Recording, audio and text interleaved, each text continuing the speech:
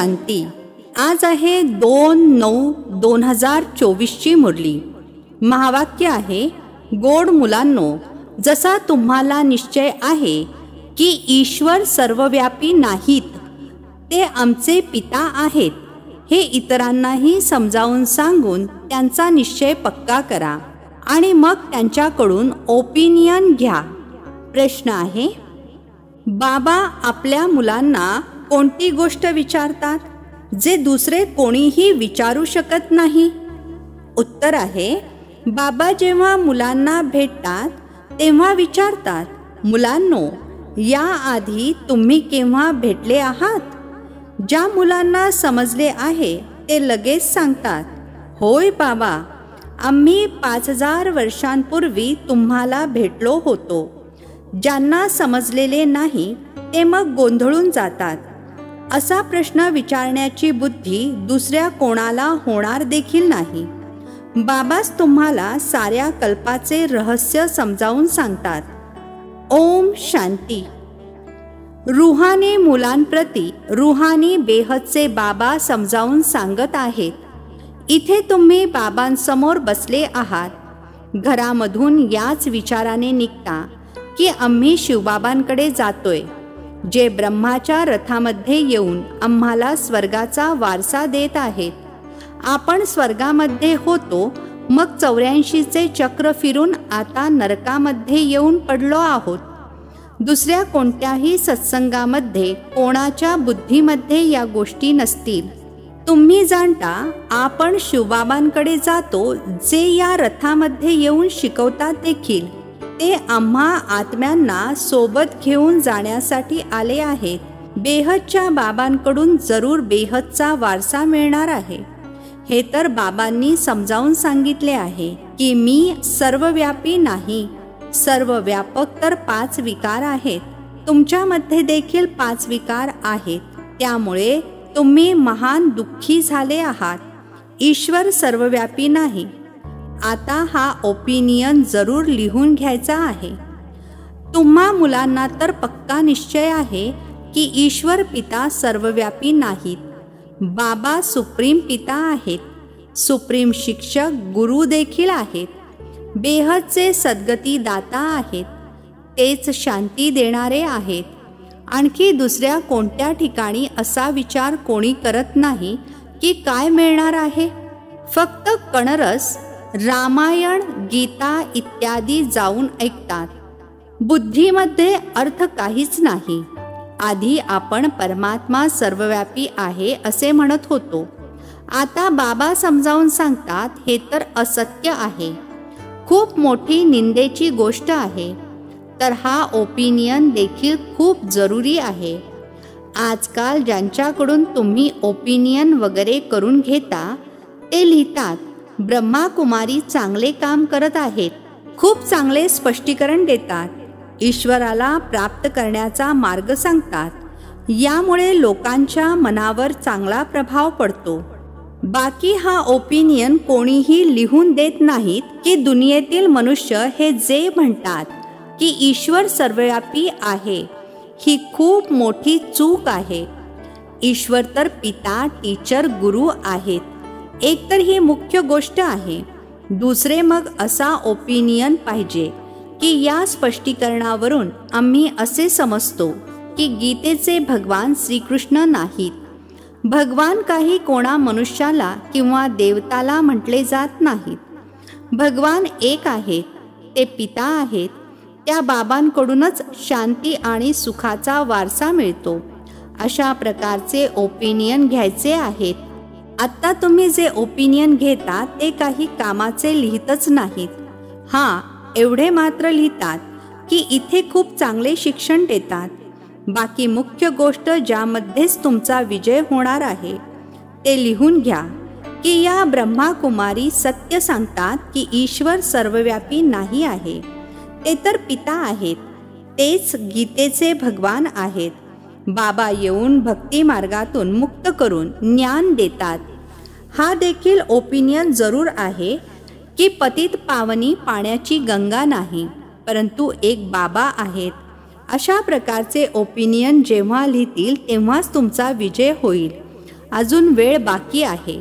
आता तुमची जी सेवा चालते इतका खर्च होतो, हे तर तुम्ही मुलेच एकमेकांना मदत करत आहात. बाहेरच्या लोकांना तर काही माहितीसुद्धा नाही.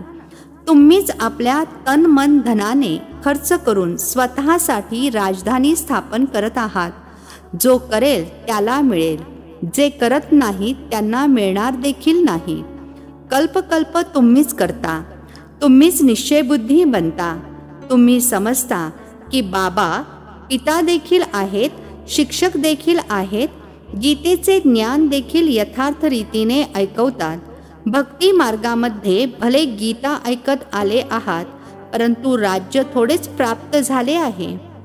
ईश्वरीय मत बदलून आसुरी मत झाले आहे. कॅरेक्टर अर्थात चारित्र्य बिघडून पतित बनले आहात. कुंभमेळ्यामध्ये किती करोडोंच्या संख्येने मनुष्य जातात. जिथे जिथे पाणी बघतात तिथे जातात. असे समजतात पाण्यानेच पावन होणार. आता पाणी तर सर्व ठिकाणाहून नद्यांमधून वाहतच असते. याने कोणी पावन बनू शकतो काय? पाण्यामध्ये स्नान केल्याने आपण पतितापासून पावन बनून देवता बनणार का? आता तुम्ही समजता याने कोणीही पावन बनू शकत नाहीत. ही आहे चूक. तर या 3 गोष्टींवर ओपिनियन घेतले पाहिजे. आता फक्त म्हणतात संस्था चांगली आहे. त्यामुळे बऱ्याच जणांच्या डोक्यामध्ये जे भ्रम आहेत की ब्रह्माकुमारींमध्ये जादू आहे, पळवून नेतात. हे विचार दूर होतात, कारण आवाज तर खूप पसरला आहे ना. परदेशापर्यंत हा आवाज गेला होता की यांना अर्थात ब्रह्मा बाबांना 16,108 राण्या पाहिजेत. त्यांना 400 मिळाल्या आहेत, कारण त्यावेळेस सत्संगामध्ये 400 जण येत होते. खूप जणांनी विरोध केला. पिकेटिंग अर्थात धरणे देखील करत होते, परंतु बाबांसमोर कोणाचेही चालू शकले नाही. सर्व म्हणत होते हा जादूगर मग आला कुठून? आणि वंडर बघा, बाबा तर कराचीमध्ये होते. आपण होऊन सारा जमाव एकत्र मिळून पळून आला. कुणालाच कळले नाही की आपल्या घरातून कसे पळून गेले. हा देखील विचार नाही केला की इतके सर्वजण कुठे जाऊन राहतील. मग लगेच बंगला घेतला. तर जादूची गोष्ट झाली ना. आता देखील म्हणत राहतात की या जादूगरणी आहेत. ब्रह्माकुमारींकडे जाल तर मग परत येणार नाही. हे पती पत्नीला भाऊ बहिणी बनवतात. हे ऐकून मग कितीतरी येतच नाहीत. आता तुमची प्रदर्शनी इत्यादी पाहून त्या ज्या गोष्टी बुद्धीमध्ये बसल्या आहेत त्या दूर होत आहेत. बाकी बाबांना जे ओपिनियन पाहिजेत तो कोणी लिहित नाहीत. बाबांना तो ओपिनियन पाहिजे. असे लिहावे की गीतेचे भगवान श्रीकृष्ण नाहीत. सर्व दुनिया समजते की श्रीकृष्ण भगवानुवाच, परंतु श्रीकृष्ण तर पूर्ण 84 जन्म घेतात. शिवबाबा आहेत पुनर्जन्म रहित. तर यामध्ये खूप जणांचा ओपिनियन पाहिजे. गीता ऐकणारे तर पुष्कळ आहेत. आणि मग जेव्हा बघतील की हे तर वर्तमानपत्रांमध्ये देखील आले आहे की गीतेचे भगवान परमपिता परमात्मा शिव आहेत, तेच पिता टीचर सर्वांचे सद्गती दाता आहेत. शांती आणि सुखाचा वारसा फक्त त्यांच्याकडून मिळतो. बाकी तुम्ही आता मेहनत करता, उद्घाटन करून घेता.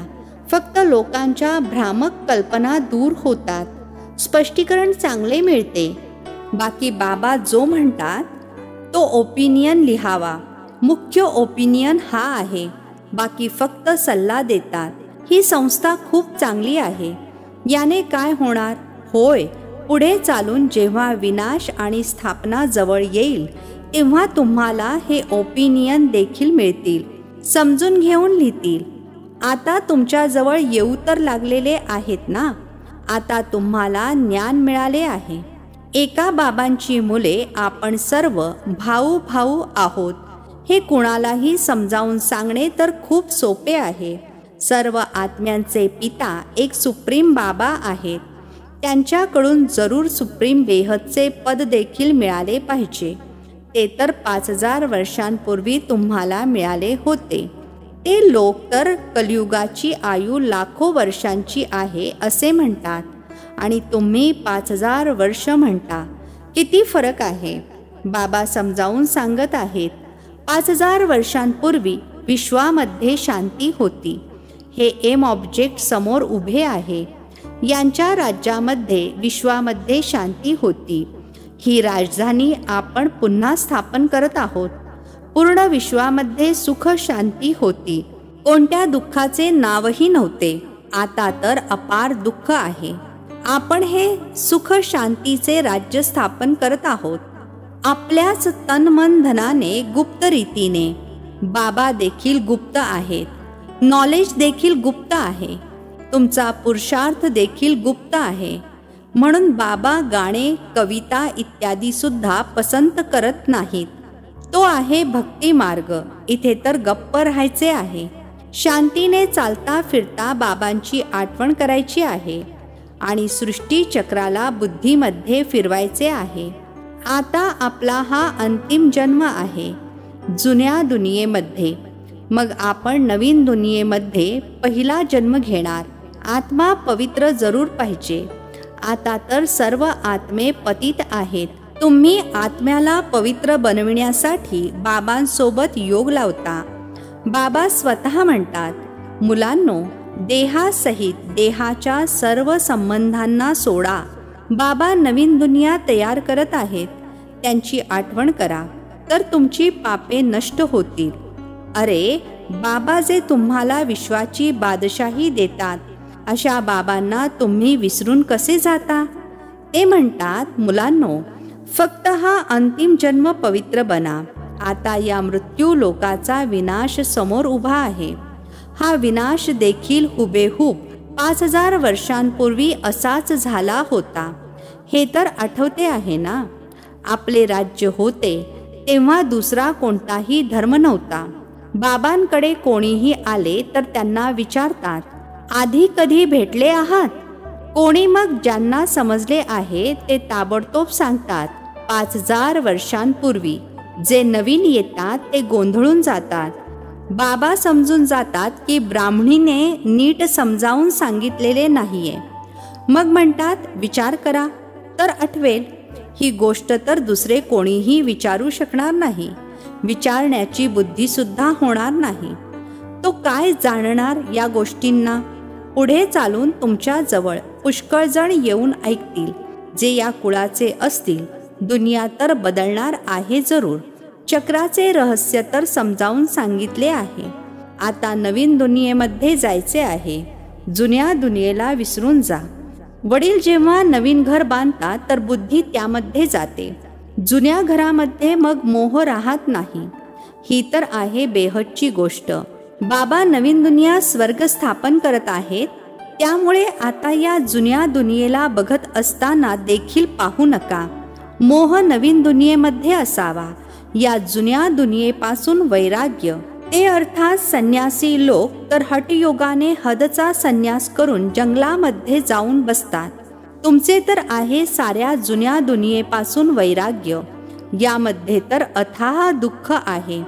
नवीन सतयुगी दुनियेमध्ये अपार सुख आहे तर जरूर त्याची आठवण करणार. इथे सर्व दुःख देणारे आहेत. आई वडील इत्यादी सर्वजण विकारामध्ये ढकलतात. बाबा म्हणतात, काम महाशत्रू आहे. त्यावर विजय प्राप्त केल्यानेच तुम्ही जगत जीत बनाल. हा राजयोग बाबा शिकवतात, ज्याद्वारे आपण हे पद प्राप्त करतो. तुम्ही बोला, आम्हाला स्वप्नामध्ये भगवान म्हणतात, पावन बना तर स्वर्गाची राजाई मिळेल. तर आता मी एक जन्म अपवित्र बनून माझे राज्य गमावणार थोडेच. या पवित्रतेच्या गोष्टींवरच भांडण होते. द्रौपदीने पुकारले, हा दुःशासन मला विवस्त्र करत आहे. हा देखील खेळ दाखवतात की द्रौपदीला श्रीकृष्ण 21 साड्या देतात. आता बाबा बसून समजावतात किती दुर्गती झाली आहे. अपार दुःख आहे ना. सतयुगामध्ये अपार सुख होते. आता मी आलो आहे अनेक अधर्मांचा विनाश आणि एका सतधर्माची स्थापना करण्यासाठी. तुम्हाला राज्यभाग्य देऊन वानप्रस्थमध्ये निघून जाणार. अर्धा कल्प मग माझी गरजच भासणार नाही. तुम्ही कधी आठवण देखील करणार नाही. तर बाबा समजावून सांगत आहेत, तुमच्यासाठी सर्वांच्या मनामध्ये जे उलटे व्हायब्रेशन आहे ते निघून जाऊन आता ठीक होत आहे. बाकी मुख्य गोष्ट आहे, ओपिनियन लिहून घ्या की ईश्वर सर्वव्यापी नाही आहे. त्याने तर येऊन राजयोग शिकवला आहे. पतित पावन देखील बाबाच आहेत. पाण्याच्या नद्या थोडेच पावन बनवू शकतील. पाणी तर सर्व ठिकाणी असते. आता बेहदचे बाबा म्हणतात, स्वतःला आत्मा समजा, देहासहित देहाचे सर्व संबंध सोडा. आत्माच एक शरीर सोडून दुसरे घेते. ते अर्थात दुनियावाले मग असे म्हणतात, आत्मा निर्लेप आहे. आत्मा सो परमात्मा. या आहेत भक्ती मार्गातील गोष्टी. मुले म्हणतात, बाबा आठवण कशी करावी? अरे स्वतःला आत्मा समजताना आत्मा किती छोटा बिंदू आहे, तर त्यांचे पिता देखील इतकेच छोटे असणार. ते पुनर्जन्मामध्ये येत नाहीत. हे ज्ञान बुद्धीमध्ये आहे. बाबांची आठवण का नाही येणार? चालता फिरता बाबांची आठवण करा. ठीक आहे, बाबांचे मोठे रूपच समजा, परंतु आठवण तर एकाचीच करायची आहे ना. तर तुमची पापे नष्ट होतील. दुसरा तर कोणता उपाय सुद्धा नाही. जे समजतात ते म्हणतात, बाबा तुमच्या आठवणीने आम्ही पावन बनून पावन दुनिया विश्वाचे मालक बनतो, तर आम्ही का नाही आठवण करणार? एकमेकांना देखील आठवण करून द्यायची आहे, तर पापे नष्ट होतील.